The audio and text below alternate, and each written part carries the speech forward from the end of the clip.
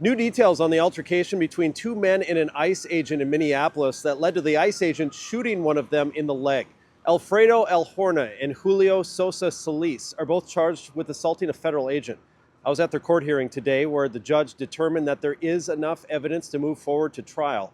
The judge also decided that they could be released on GPS monitoring until their trial, but both men are in the country illegally, so they'll instead go to ICE custody while their case is pending. Testimony at the hearing by an FBI agent gave the ICE officer's side of the story and also revealed contradictions with what Homeland Security has said about the case that led to clashes with protesters and officers in North Minneapolis. The FBI agent testified that two ICE officers ran the license plate for El Horna's vehicle and that it came back as belonging to a different person in the country illegally. They tried to stop him, thinking he was someone else, and El Horna fled.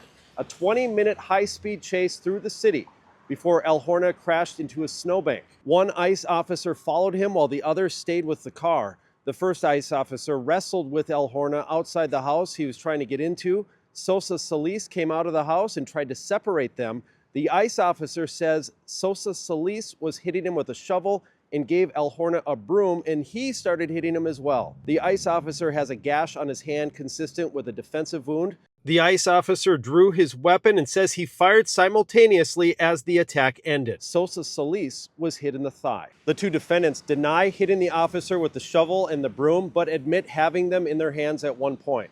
Defense attorneys pointed out that surveillance video does not capture the defendant striking the officer and questioned whether the ICE officer actually fired at them as they were running away. The initial information from DHS was much different, claiming the officers were chasing Sosa Solis and claiming that different people came out of the house and began assaulting them, calling it an ambush and an attempted murder. It's unclear at this point whether the case will ever reach trial or if ICE will deport the two men before it reaches that point.